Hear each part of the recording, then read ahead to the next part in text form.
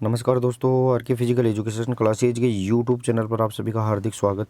दोस्तों, प्रतिदिन के प्रक्रम के हिसाब से आज जो अपनी यहाँ पे सीरीज़ रहने वाली है वो रहेगी सीरीज़ नंबर यहाँ पे 42। और चैनल पर पहली बार विजिट कर रहे हैं तो आर के फिजिकल एजुकेशन क्लासेज को आप सब्सक्राइब कर ले और बेल आइकन को प्रेस कर ले ताकि आने वाली क्लासों का नोटिफिकेशन आपको मिलता रहे। दोस्तों, अपन ने जो 9,999 इंपॉर्टेंट यहाँ पे सीरीज चला रखी है उसका यहाँ पे पार्ट नंबर यहाँ पे 42 रहेगा।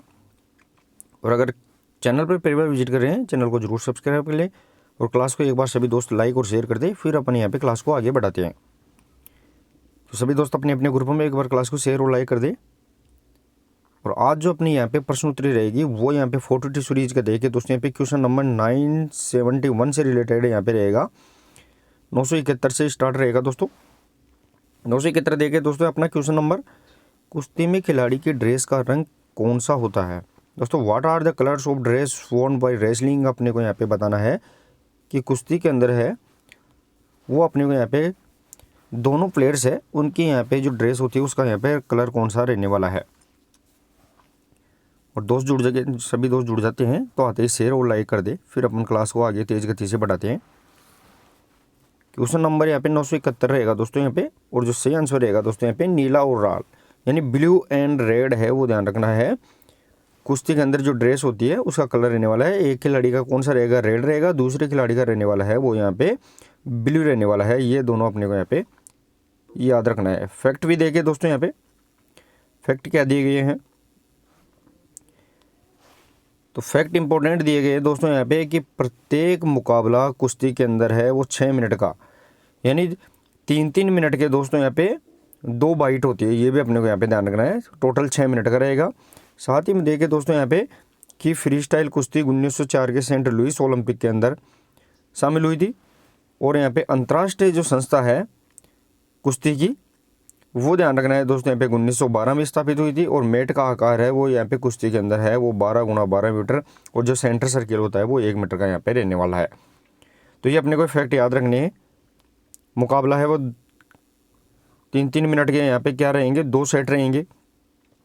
फ्री स्टाइल को यहाँ पे 1904 ओलंपिक के अंदर शामिल किया गया था। अंतर्राष्ट्रीय संस्था है कुश्ती की वो यहाँ पे 1912 के अंदर स्थापित। और यहाँ पे जो मेट है कुश्ती का वो 12x12 मीटर, और जो सेंटर सर्किल होता है वो यहाँ पे ध्यान रखना है 1 मीटर का यहाँ पे रहने वाला है। नेक्स्ट और आगे क्वेश्चन देखे दोस्तों, क्वेश्चन नंबर 972 देखे दोस्तों। क्लास को शेयर करते रहे सभी दोस्त।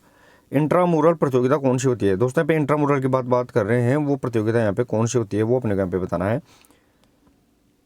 यानी संस्था के बाहर होती है, जिला स्तर पर, विदेशी स्तर पर, या फिर संस्था के अंदर। इंट्रामुरल की बात करें दोस्तों, एक होता है इंट्रामुरल और दूसरा होता है वो यहाँ पे एक्स्ट्रामुरल यहाँ पे होता है। 2 प्रकार की यहाँ पे प्रतियोगिता होती है। तो संस्था के अंदर ध्यान रखना है दोस्तों, संस्था के अंदर और दूसरी संस्था से। तो अगर संस्था के अंदर ही अगर कोई प्रतियोगिता एक दूसरे के बीच हो रही है तो उसे अपन इंट्रामुरल, और एक संस्था से दूसरी संस्था के बीच में हो रही है तो उसे अपन एक्स्ट्रामुरल के नाम से जानते हैं। तो क्वेश्चन नंबर 972 सही आंसर है दोस्तों यहाँ पे संस्था के अंदर, विद इन इंस्टीट्यूशन है, ध्यान रखना है यहाँ पे वो इसका आंसर सही यहाँ पे रहने वाला है। फैक्ट भी देखे दोस्तों, फैक्ट क्या रहने वाला है कि एक्स्ट्रामुरल, ध्यान रखना है दोस्तों यहाँ पे एक्स्ट्रामुरल होती है वो प्रतियोगिता 2 संस्थाओं के बीच होती है, 2 संस्थाओं के बीच होती है। और एक ही संस्था के अंदर अगर प्रतियोगिताएं हो रही है तो वो इंट्रामुरल होगी, और 2 संस्थाओं के बीच वो एक्स्ट्रामुरल होगी। एक्स्ट्रामुरल क्या करता है दोस्तों, तो ये नेतृत्व और खेल भावना विकसित करता है, यानी ये लीडरशिप और स्पोर्ट्समैनशिप है, दोनों को यहाँ पे डेवलप करने का कार्य भी यहाँ पे एक्स्ट्रामुरल के द्वारा किया जाता है।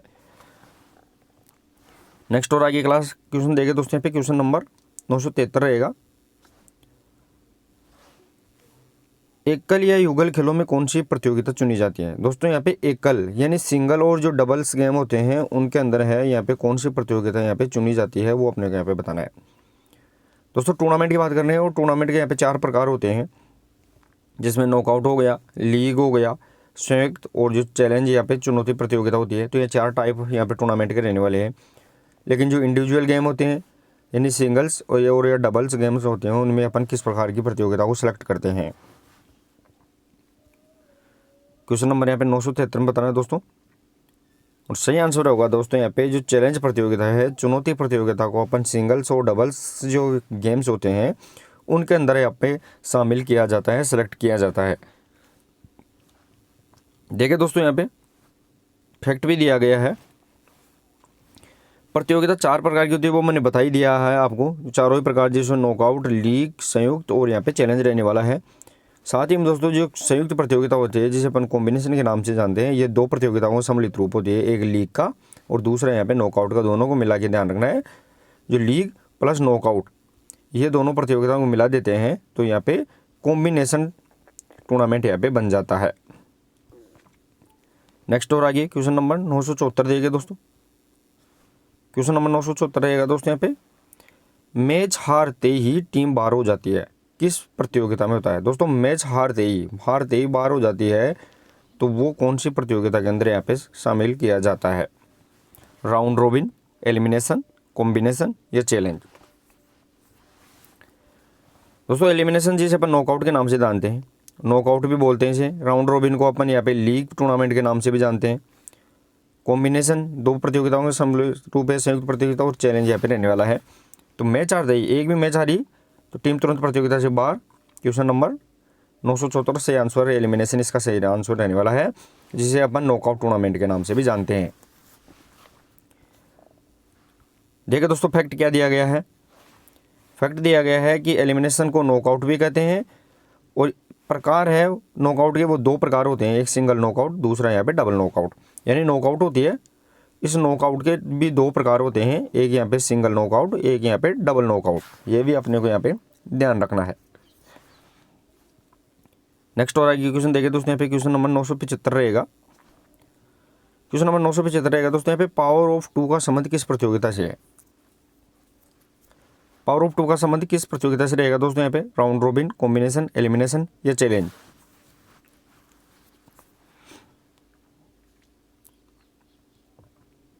क्वेश्चन नंबर 975 के अंदर बताना दोस्तों आपको।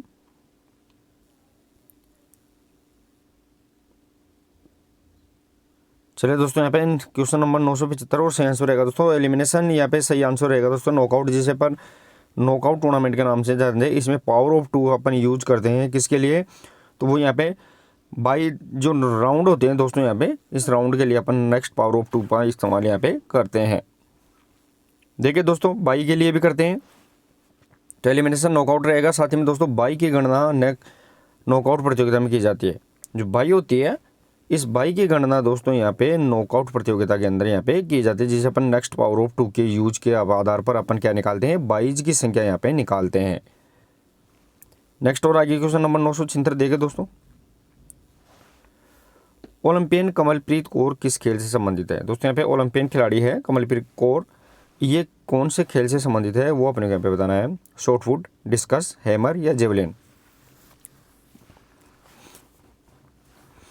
और जितने भी दोस्त जुड़ जाते हैं, सबसे पहले दोस्तों जुड़ते ही आपको क्लास को शेयर और लाइक करना है। लगातार क्वेश्चन आपके लिए इंपॉर्टेंट यहाँ पे लाए जा रहे हैं। क्वेश्चन नंबर 976 और जो सही आंसर रहेगा दोस्तों यहाँ पे कमलप्रीत कौर है, ये डिस्कस थ्रो, ये डिस्कस थ्रो से रिलेटेड रहेगी, जिसे अपन किस नाम से जानते हैं दोस्तों? यहाँ पे तस्तरी फेंक के नाम से जानते हैं। और जो मेल होती है, फीमेल होती है दोस्तों यहाँ पे, तो मेल के अंदर है वो तस्तरी का यहाँ पे 2 kg वेट रहता है, और फीमेल के अंदर है वो यहाँ पे 1 kg वेट यहाँ पे रहने वाला है। ये भी दोनों अपने फैक्ट यहाँ पे याद रखना है। देखिए दोस्तों, तो कमलप्रीत कौर भारत की डिस्कस थ्रो की खिलाड़ी है, और ये है दोस्तों यहाँ पे ओलंपियन खिलाड़ी यहाँ पे रह चुकी है। ये भी अपने को यहाँ पे ध्यान रखना है। नेक्स्ट और आगे क्वेश्चन नंबर 977 देखे दोस्तों। जूडो पर स्पर्धा क्षेत्र को क्या कहा जाता है? जूडो के जो स्पर्धा क्षेत्र है जिस पर जूडो की यहाँ पे खेला जाता है दोस्तों, यहाँ पे उस एरिया को अपन किस नाम से जानते हैं वो अपने को यहाँ पे बताना है। जो जूडो खेला जाता है इस एरिया को अपन किस नाम से जानते हैं? हाजमे, जित्सु, सियाजो या जूडोगा?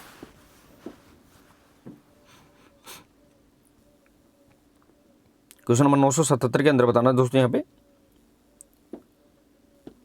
और सही आंसर होगा दोस्तों जूडो स्पर्धा क्षेत्र। जो जूडो के लिए जो बाइट करवाई जाती है, इस बाइट एरिया को ध्यान रखना है दोस्तों। यहाँ पे बाइट एरिया को अपन किस नाम से जानते हैं? क्वेश्चन नंबर 977 और सही आंसर रहेगा दोस्तों इसे अपन सियाजो के नाम से जानते हैं। ये कॉन्टेस्ट एरिया माना जाता है, कॉन्टेस्ट एरिया माना जाता है, जिस पर यहाँ पे जूडो के खिलाड़ियों की क्या करवाई जाती है? फाइट करवाई जाती है। अब देखिए दोस्तों यहाँ पे फैक्ट भी दिए गए हैं इंपॉर्टेंट्स आपके लिए। तो यहाँ पे अंतर्राष्ट्रीय जूडो संघ अंतर्राष्ट्रीय जो जूडो संघ है इसकी स्थापना 1951 के लुसाने में हुई थी, ये भी अपने को यहाँ पे याद रखना है। साथ ही में जूडो का प्राचीन नाम है वो जू जित्सु रहेगा। प्राचीन नाम क्या रहेगा? जू जित्सु रहेगा। और जूडो के अंदर है वो सर्वोच्च सबसे ऊंचा जो पॉइंट माना जाता है, यानी मैक्सिमम पॉइंट के नाम से जाना जाता है, उसे अपन किस नाम से? तो इप्पॉन के नाम से जानते हैं। ये भी वेरी वेरी इंपॉर्टेंट यहाँ पे फैक्ट याद रखना है। नेक्स्ट और आगे क्वेश्चन देखें दोस्तों, यहाँ पे क्वेश्चन नंबर 978 रहेगा। जूडो खेल का जन्मदाता कौन है? दोस्तों यहाँ पे जूडो खेल है, इसका जन्मदाता यहाँ पे कौन रहने वाला है, जिसकी फेडरेशन 1951 के अंदर स्थापित की गई थी? जिगारो कानो, विलियम जेम्स, विंटरबॉटम या एंडरसन? जूडो खेल का जन्मदाता पूछा गया है क्वेश्चन नंबर 978 के अंदर, और सही आंसर रहेगा दोस्तों यहाँ पे डॉक्टर जिगारो कानो। ध्यान रखना है, वो यहाँ पे जूडो खेल का यहाँ पे जन्मदाता, फादर ऑफ यहाँ पे जूडो यहाँ पे रहने वाला है। देखिए दोस्तों यहाँ पे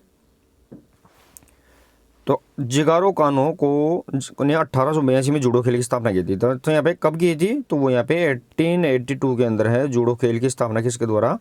जिगारो कानो के द्वारा यहाँ पे की गई थी। नेक्स्ट और आगे क्वेश्चन नंबर 979 देखिए दोस्तों, बेटन कप किस खेल से संबंधित है? दोस्तों यहाँ पे बेटन कप रिलेट हुई स्पोर्ट अपने को यहाँ पे बताना है। क्रिकेट, फुटबॉल, हॉकी या एथलेटिक्स?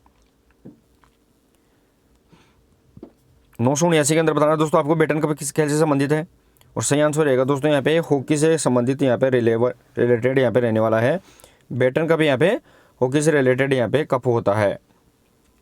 नेक्स्ट और आगे क्वेश्चन देखें दोस्तों, यहाँ पे क्वेश्चन नंबर 980 रहेगा अपना। जूडो में सर्वोच्च स्कोरिंग पॉइंट क्या होता है? तो अभी जस्ट अपन ने देखा है दोस्तों कि जूडो होता है जिसकी फेडरेशन 1951 के अंदर स्थापित हुई थी। डॉक्टर जिगारो कानो इसके यहाँ पे फाउंडर रहेंगे। डॉक्टर जिगारो कानो है वो इसके यहाँ पे फाउंडर रहने वाले हैं।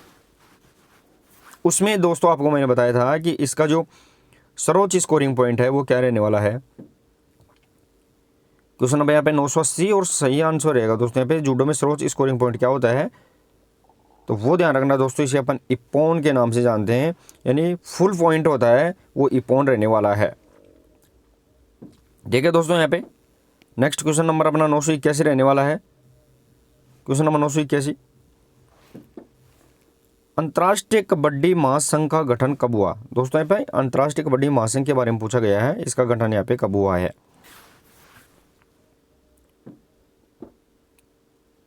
अंतर्राष्ट्रीय कबड्डी महासंघ, इंटरनेशनल कबड्डी फेडरेशन की बात कर रहे हैं दोस्तों अपन।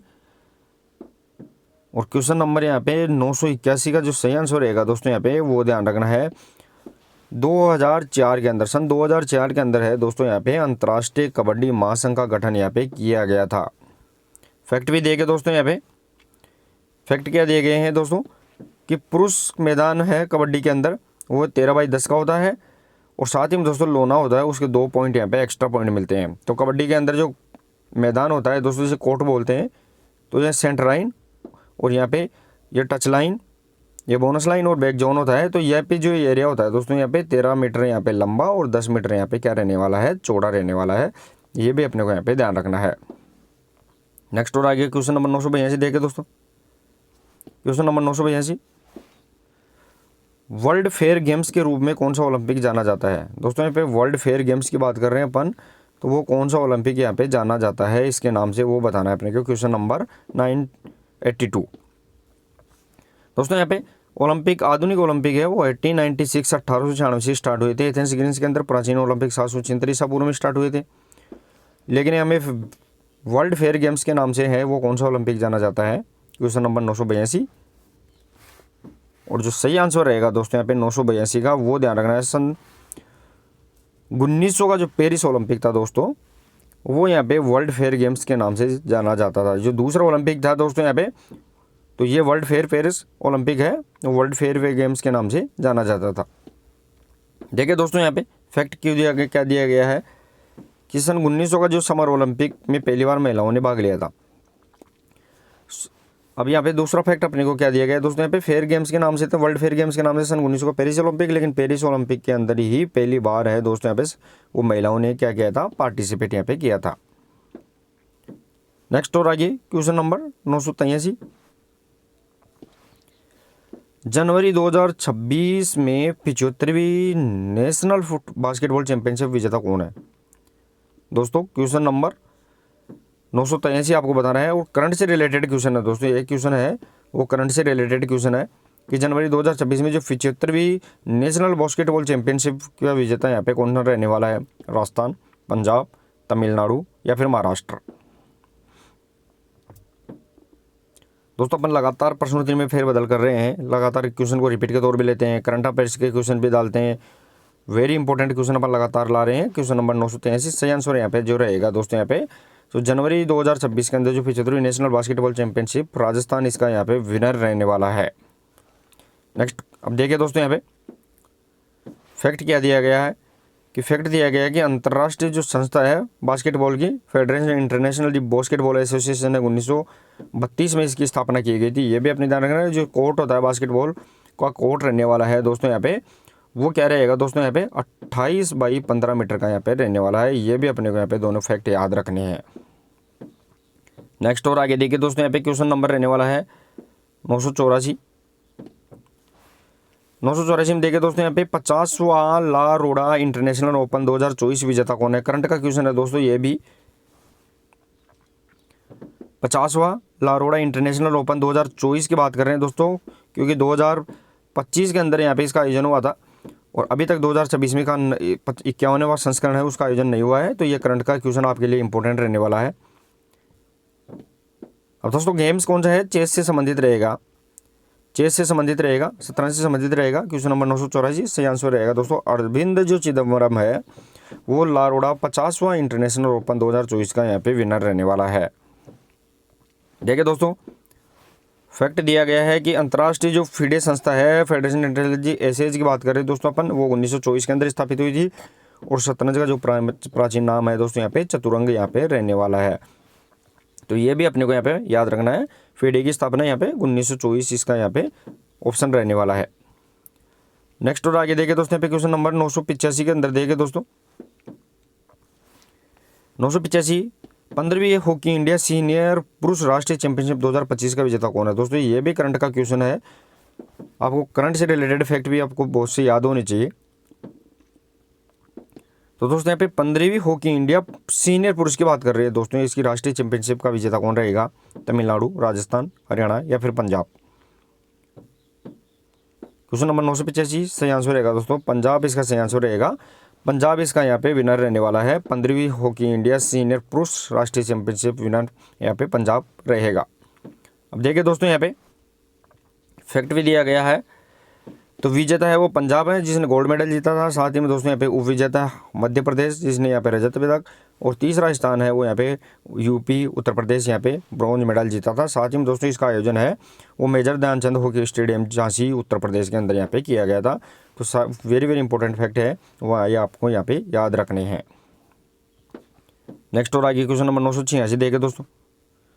क्वेश्चन नंबर 986 रहेगा दोस्तों कि विश्व स्नूकर चैंपियनशिप 2025 का विजेता कौन है? ये भी करंट का क्वेश्चन है दोस्तों कि विश्व स्नूकर चैंपियनशिप 2025 की बात कर रहे हैं और इसका जो विनर है दोस्तों यहाँ पे कौन रहने वाला है? रोनी ओ सुलिवन, जुंड ट्रम्प, मैग्नस कार्लसन या जाओ सिटोंग। क्लास को शेयर करते रहिए सभी दोस्त, इंपॉर्टेंट आपके लिए जो क्लासें लाई जा रही है तो आप क्लास को शेयर और लाइक ज़्यादा से ज़्यादा करिए दोस्तों। क्वेश्चन नंबर 986 और सही आंसर रहेगा दोस्तों यहाँ पे जाओ सिटोंग है दोस्तों। यहाँ पे वो क्या रहने वाला है? विश्व स्नूकर 2025 का चैंपियनशिप का यहाँ पे विनर रहने वाला है। फैक्ट देखिए दोस्तों, तो फैक्ट क्या दिए गए दोस्तों?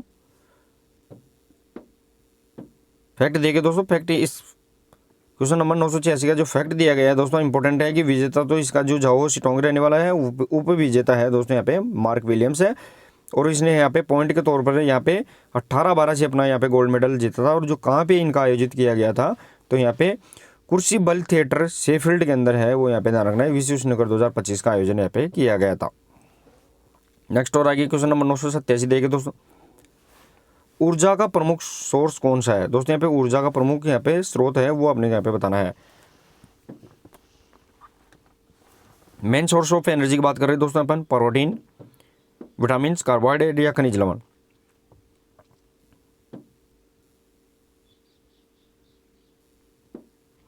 क्वेश्चन नंबर 987 दोस्तों यहाँ पे, और जो सही आंसर रहेगा दोस्तों यहाँ पे वो ध्यान रखना है, कार्बोहाइड्रेट है दोस्तों यहाँ पे वो ध्यान रखना है, ऊर्जा का मेन सोर्स होता है, इंस्टेंट एनर्जी के तौर पर अपने को यहाँ पे ऊर्जा देता है। और 1 किलो कैलोरी के अंदर है दोस्तों यहाँ पे 4.1 किलो कैलोरी ऊर्जा अपने को मिलती है। 1 ग्राम कार्बोहाइड्रेट के अंदर कितनी ऊर्जा मिलती है, तो 1 ग्राम कार्बोहाइड्रेट के अंदर है अपने को 4.1 किलो कैलोरी यहाँ पे ऊर्जा मिलती है। फैक्ट भी दिया गया दोस्तों यहाँ पे, तो फैक्ट दिया गया है कार्बोहाइड्रेट है वो शरीर का मुख्य ईंधन, मेन सोर्स रहने वाला है, मेन फ्यूल यहाँ पे रहने वाला है, ये भी अपने को यहाँ पे ध्यान रखना है। नेक्स्ट और आगे क्वेश्चन नंबर 988 देखिए दोस्तों। क्वेश्चन नंबर 988, ऊर्जा प्रदान न करने वाला तत्व कौन सा है? ऊर्जा प्रदान न करने वाला, न की बात कर रहे हैं दोस्तों यहाँ पे, नहीं की अपन बात कर रहे हैं, वो अपने को यहाँ पे बताना है, कार्बोहाइड्रेट, प्रोटीन, विटामिन या वसा। क्वेश्चन नंबर 988 के अंदर बताना दोस्तों आपको, ऊर्जा प्रदान न करने वाला तत्व की बात कर रहे हैं दोस्तों अपन। क्वेश्चन नंबर यहाँ पे 988 रहेगा और सही आंसर रहेगा दोस्तों, विटामिन होते हैं वो यहाँ पे ऊर्जा प्रदान नहीं करते, बल्कि ये मेटाबॉलिज्म, ध्यान रखना है, जो मेटाबॉलिज्म होती है दोस्तों, ये चयापचय की क्रिया होती है, इस चयापचय की क्रिया के अंदर यहाँ पे कंट्रोलर के रूप में, सहायक के रूप में यहाँ पे कार्य करता है। देखिए दोस्तों यहाँ पे फैक्ट क्या दिया गया, विटामिन ऊर्जा नहीं देते बल्कि नियमन का कार्य करते हैं। नियमन का मतलब है दोस्तों यहाँ पे रेगुलेट करने का कार्य करते हैं, ये फंक्शन होता है दोस्तों, उनको यहाँ पे नियमित कार्य करने का कार्य करते हैं। नेक्स्ट और आइए क्वेश्चन नंबर 989 देखिए दोस्तों, कौन सा विटामिन हार्मोन कहलाता है? दोस्तों कौन सा विटामिन है जो हार्मोन्स भी कहलाता है, वो अपने को यहाँ पे बताना है। विटामिन ए, बी, के या डी? दोस्तों अपन विटामिन ए को रेटिनॉल के नाम से जानते हैं, विटामिन ए रेटिनॉल, बी को अपन थायमिन के नाम से जानते हैं, ये भी अपने को रासायनिक नाम, विटामिन के फिलोक्विनोन के नाम से जानते हैं, और विटामिन डी को अपन कैल्सीफेरोल के नाम से जानते हैं। क्वेश्चन नंबर यहाँ पे 989 रहेगा दोस्तों, और सही आंसर रहेगा दोस्तों, विटामिन डी होता है उसे अपन किस नाम से, हार्मोन के नाम से भी जानते हैं, ये प्राकृतिक विटामिन के नाम से भी जाना जाता है दोस्तों। यहाँ पे सूर्य की किरणों के द्वारा ये अपने को यहाँ पे आसानी से प्राप्त हो जाता है। देखिए दोस्तों यहाँ पे, तो यहाँ पे फैक्ट दिया गया है कि विटामिन डी जिसे अपन कैल्सीफेरोल के बोलते हैं, ये सूर्य से प्राप्त होता है, और अपनी स्किन के द्वारा, यहाँ पे चमड़ी के द्वारा भी, स्किन के द्वारा भी ये क्या बना लिया जाता है, बना लिया जाता है। नेक्स्ट और आगे क्वेश्चन नंबर 990 देखिए दोस्तों। क्वेश्चन नंबर 990 रहने वाला है कि कार्बोहाइड्रेट, प्रोटीन और वसा का संतुलित अनुपात कितना होता है? दोस्तों अनुपात पूछा गया है, रेशियो पूछा गया है, वो अपने को यहाँ पे बताना है। प्रोटीन, फैट और जो यहाँ पे कार्बोहाइड्रेट है उसका यहाँ पे अनुपात अपने को यहाँ पे बताना है कि कार्बोहाइड्रेट होगी, प्रोटीन हो गई और वसा हो गई, इसका अनुपात यहाँ पे क्या रहने वाला है, वो बताना है। क्वेश्चन नंबर 990 के अंदर बताना दोस्तों आपको, और सही आंसर रहेगा दोस्तों यहाँ पे 4:1:1 इसका सही आंसर रहने वाला है। यानी इसमें कार्बोहाइड्रेट है वो 4 अनुपात में लेनी चाहिए, 1 अनुपात में प्रोटीन और 1 अनुपात में अपने को वसा लेनी चाहिए। यानी 4 ग्राम अगर प्रोटीन ले रहे हैं तो 1 ग्राम क्या रहने वाला है उसमें, तो प्रोटीन, और 1 ही ग्राम उसमें फैट रहने वाला है। तो ये इसका अपने को यहाँ पे फॉर्मूला याद रखना है। फैक्ट दिए गए दोस्तों यहाँ पे, फैक्ट क्या दिया गया है, फैक्ट दिया गया है दोस्तों कि संतुलित आहार में कार्बोहाइड्रेट की मात्रा अधिक होती है। बैलेंस डाइट होता है, उस बैलेंस डाइट में सर्वाधिक अपने को यहाँ पे कार्बोहाइड्रेट, जिसे अपन ने देखा है दोस्तों यहाँ पे 4:1:1 के अंदर रहेगा, तो यहाँ पे 4 कैलोरी है वो यहाँ पे कार्बोहाइड्रेट रहेगी। कार्बोहाइड्रेट को का शर्करा में परिवर्तन यकृत, लीवर में होता है। कार्बोहाइड्रेट होती है तो उसको यहाँ पे शर्करा के अंदर है दोस्तों, यहाँ पे ग्लूकोज के अंदर है, वो इसका कन्वर्जन कहाँ होता है दोस्तों, यहाँ पे लीवर के अंदर यहाँ पे होने वाला है। साथ ही में दोस्तों विटामिन सी है वो घाव बढ़ने में सहायक होती है, तो इसे वुंड हीलिंग विटामिन के नाम से भी जानते हैं दोस्तों। यहाँ पे ये विटामिन सी है वो घाव बढ़ने के काम में आती है। साथ ही में दोस्तों विटामिन सी, इसकी कमी यहाँ पे स्क्रिव रोग यहाँ पे हो जाता है। नेक्स्ट और आगे क्वेश्चन 991 देखिए दोस्तों, रक्त का थक्का जमाने के लिए कौन सा विटामिन आवश्यक है? ब्लड क्लॉटिंग की बात कर रहे हैं दोस्तों अपन। रक्त का थक्का जमाने के लिए कौन सा विटामिन आवश्यक है? विटामिन ए, बी, के या डी? क्वेश्चन नंबर 991 के अंदर बताना दोस्तों आपको। चलिए दोस्तों 991 सही आंसर रहेगा दोस्तों विटामिन के रक्त का थक्का जमाने के कार्य में, जिसे फिलोक्विनोन के नाम से जानते हैं दोस्तों। यहाँ पे इसे अपन विटामिन के, जिसे अपन फिलोक्विनोन के नाम से जानते हैं, और ये रक्त खाता का जमाना था, ब्लड क्लॉटिंग। साथ ही में दोस्तों यहाँ पे दो प्रोटीन और होते हैं, जिसे अपन प्रोथ्रोम्बिन और यहाँ पे फाइब्रिनोजन है दोस्तों, यहाँ पे वो क्या करते हैं, थक्का जमाने के लिए सहायक होते हैं। साथ ही में दोस्तों प्लेटलेट्स होती है, जो प्लेटलेट्स होती है वो भी अपने को यहाँ पे क्या करती है, ब्लड क्लॉटिंग के अंदर यहाँ पे फायदा देती है। अब देखिए दोस्तों यहाँ पे फैक्ट दिया गया है कि विटामिन के का रासायनिक नाम फाइलोक्विनिन है। साथ ही में दोस्तों यहाँ पे प्लेट्स और फाइब्रोनिजन है, वो भी रक्त जमाने में सहायक होती है। वेरी वेरी इंपॉर्टेंट यहाँ पे याद रखना है। नेक्स्ट और आगे देखिए दोस्तों यहाँ पे क्वेश्चन नंबर 992, शरीर का बॉडी बिल्डर आहार किसे कहा जाता है। दोस्तों यहाँ पे शरीर का जो बॉडी बिल्डर आहार है वो किसे कहा जाता है, वो अपने यहाँ पे बताना है। कार्बोहाइड्रेट, खनिज लवण, विटामिन या प्रोटीन। दोस्तों इसे अपन टिश्यू रिपेयर प्रोटीन के नाम से भी जानते हैं। और क्वेश्चन नंबर 992 का सही आंसर रहने वाला है दोस्तों, बॉडी बिल्डर आहार के नाम से अपन प्रोटीन को जाना जाता है। प्रोटीन होता है दोस्तों यहाँ पे वो बॉडी बिल्डर आहार रहेगा। साथ ही में इसे अपन मसल्स और टिश्यू रिपेयर के नाम से भी, आहार के नाम से भी इसे अपन जानते हैं। फैक्ट देखिए दोस्तों, फैक्ट क्या दिया गया है कि प्रोटीन मांसपेशी और ऊतकों का निर्माण, यानी प्रोटीन है वो बिल्ड किसका, मसल्स एंड टिश्यू है उसे बिल्ड भी करता है। और साथ ही में प्रोटीन के बहुलक को अपन अमीनो अम्ल के नाम से जानते हैं। प्रोटीन के बहुलक होता है, यानी प्रोटीन का जो छोटा रूप होता है, प्रोटीन का छोटा रूप अपन किसे बोलते हैं, अमीनो एसिड के नाम से जानते हैं। एक प्रोटीन बनाने में अपने को 20 अमीनो एसिड की यहाँ पे जरूरत पड़ती है, ये भी अपने को यहाँ पे याद रखना है। नेक्स्ट और आगे देखिए दोस्तों यहाँ पे क्वेश्चन नंबर 993 रहेगा, नाइट्रोजन तत्व किसमें पाया जाता है। दोस्तों यहाँ पे कौन सा आहार है, बैलेंस डाइट का कौन सा यहाँ पे फैक्टर है जिसके अंदर अपन नाइट्रोजन यहाँ पे तत्व अपने को यहाँ पे मिलने वाला है। दोस्तों कार्बन, हाइड्रोजन और ऑक्सीजन। कार्बन, हाइड्रोजन और ऑक्सीजन है वो किस में पाया जाता है दोस्तों यहाँ पे, तो ये पाया जाता है कार्बोहाइड्रेट, ध्यान रखना है, कार्बोहाइड्रेट। और साथ ही में दोस्तों जो वसा होती है, फैट होता है, उसके अंदर यहाँ पे पाया जाता है। लेकिन यहाँ पे कार्बन, हाइड्रोजन, ऑक्सीजन और साथ ही में नाइट्रोजन है दोस्तों यहाँ पे, तो ये किस में, प्रोटीन के अंदर पाया जाता है। तो सही आंसर क्वेश्चन नंबर 993 का वो इसका प्रोटीन यहाँ पे आंसर रहने वाला है। प्रोटीन के अंदर है दोस्तों यहाँ पे वो क्या पाया जाता है, कार्बन, हाइड्रोजन, ऑक्सीजन के साथ साथ में स्पेशली यहाँ पे नाइट्रोजन भी पाया जाता है। देखिए दोस्तों यहाँ पे फैक्ट भी दिया गया है कि नाइट्रोजन केवल प्रोटीन में पाया जाता है, केवल प्रोटीन के अंदर, ये न तो कार्बोहाइड्रेट में पाया जाता है, साथ ही में दोस्तों यहाँ नई ही फैट के अंदर पाया जाता है। ये सिर्फ जो पाया जाता है वो यहाँ पे किसके अंदर, प्रोटीन के अंदर पाया जाने वाला यहाँ पे तत्व रहेगा। नेक्स्ट और आगे क्वेश्चन नंबर 994 देखिए दोस्तों, हड्डियाँ का कमज़ोर होना कौन सा रोग है। हड्डियों का जो कमज़ोर होना है वो कौन सा रोग रहेगा, बेरी, रिकेट्स, नाइट ब्लाइंडनेस या फिर स्कर्वी। दोस्तों यहाँ पे बेरी रोग होता है वो विटामिन बी की कमी से होता है। साथ ही में दोस्तों विटामिन ए की कमी से है वो यहाँ पे रतौंधी। स्कर्वी रोग है वो विटामिन सी की कमी से होता है। तो क्वेश्चन नंबर यहाँ पे 994 और सही आंसर रहेगा दोस्तों, रिकेट्स रोग होता है जिसमें हड्डियाँ कमज़ोर हो जाती है, मुड़ने लग जाती है, वो यहाँ पे विटामिन डी की कमी से होता है। हड्डियों का कमज़ोर होना है वो यहाँ पे ध्यान रखना दोस्तों, यहाँ पे विटामिन डी की कमी से यहाँ पे रहने वाला है। देखिए दोस्तों यहाँ पे फैक्ट भी दिया गया है। फैक्ट क्या दिया गया दोस्तों कि विटामिन डी जिसे कैल्शियम की कमी से रिकेट्स होता है, विटामिन डी को अपन कैल्शियम बोलते हैं, और इसकी कमी से अपने यहाँ पे रोग यहाँ पे रिकेट्स यहाँ पे रहने वाला है, ये ध्यान रखना है। साथ ही में दोस्तों जो वयस्क एडल्ट होते हैं उसमें ऑस्टियोमलेशिया हो जाती है। विटामिन डी की कमी से जो वयस्क एडल्ट पुरुष होते हैं उसमें ऑस्टियोमलेशिया, और यहाँ पे ज़्यादातर बच्चे होते हैं उसमें यहाँ पे रिकेट्स रोग यहाँ पे हो जाता है। नेक्स्ट और आगे क्वेश्चन नंबर 995 देखिए दोस्तों, वसा का पाचन किस अंग में होता है। दोस्तों यहाँ पे वसा है, फैट होता है, उसका यहाँ पे डाइजेशन है वो कौन से अंग में, यहाँ पे ऑर्गन के अंदर रहने वाला है।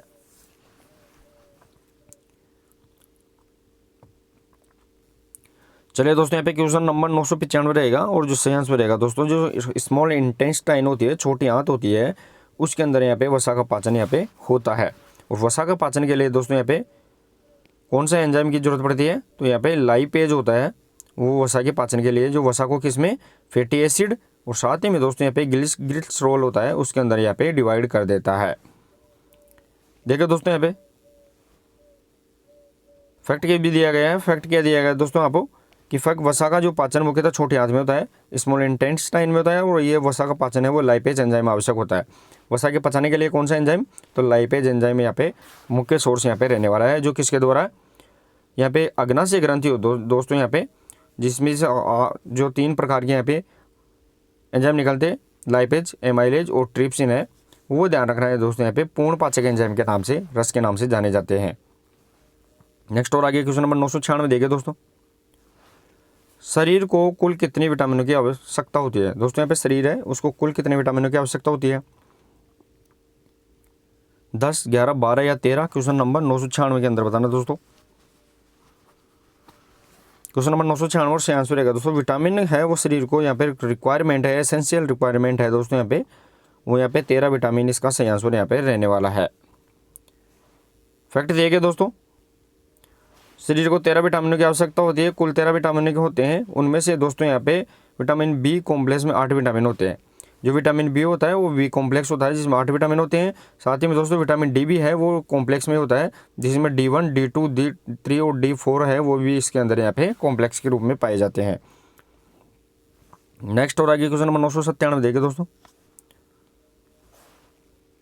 कार्बोहाइड्रेट कितने प्रकार के होते हैं। दोस्तों यहाँ पे how many type of carbohydrate बताना है अपने को, 1, 2, 3 या 4। दोस्तों सबसे ज़्यादा ऊर्जा देने का कार्य जो करती है वो यहाँ पे कार्बोहाइड्रेट करती है, जो 4 यहाँ पे 1 ग्राम में 4 किलो कैलोरी ऊर्जा अपने को कार्बोहाइड्रेट से मिल जाती है। तो कार्बोहाइड्रेट कितने प्रकार के दोस्तों, question number 997 option number C इसका सही आंसर रहेगा दोस्तों। यहाँ पे 3 प्रकार की कार्बोहाइड्रेट यहाँ पे रहने वाली है। अब 3 प्रकार कौन कौन से हैं, तो 3 प्रकार का हम ध्यान रखना है दोस्तों, जैसे मोनोसेकेराइड, डाइसेकेराइड और पॉलीसेकेराइड। यानी कार्बोहाइड्रेट का एक अणु होता है, इसमें 2 अणु होते हैं, और इसमें 2 से ज़्यादा कितने भी अणु हो सकते हैं दोस्तों यहाँ पे, उसे अपन पॉलीसेकेराइड के नाम से जानते हैं। ग्लूकोज सबसे सरल होती है दोस्तों, यहाँ पे ग्लूकोज होती है वो सबसे सरल कार्बोहाइड्रेट होती है, जिसमें एक अणु पाया जाता है, और ग्लूकोज है वो सबसे इंस्टेंट एनर्जी सोर्स यहाँ पे रहने वाला है। नेक्स्ट और आगे क्वेश्चन नंबर 998 देखिए दोस्तों,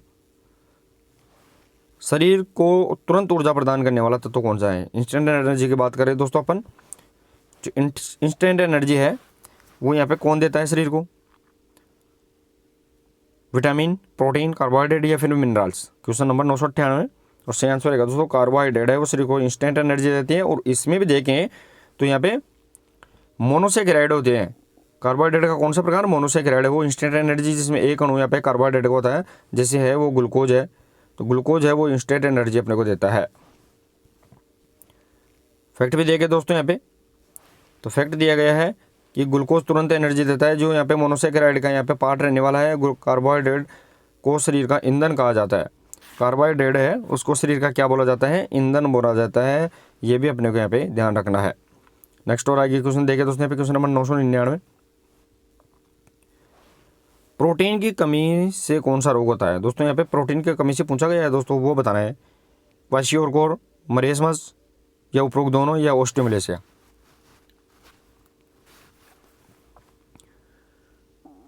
देखिए दोस्तों यहाँ पे जो मरा ओस्टियोमलेशिया है ये विटामिन डी की कमी से होता है, और ये वयस्क जो अडल्ट पुरुष होते हैं उनके अंदर होता है।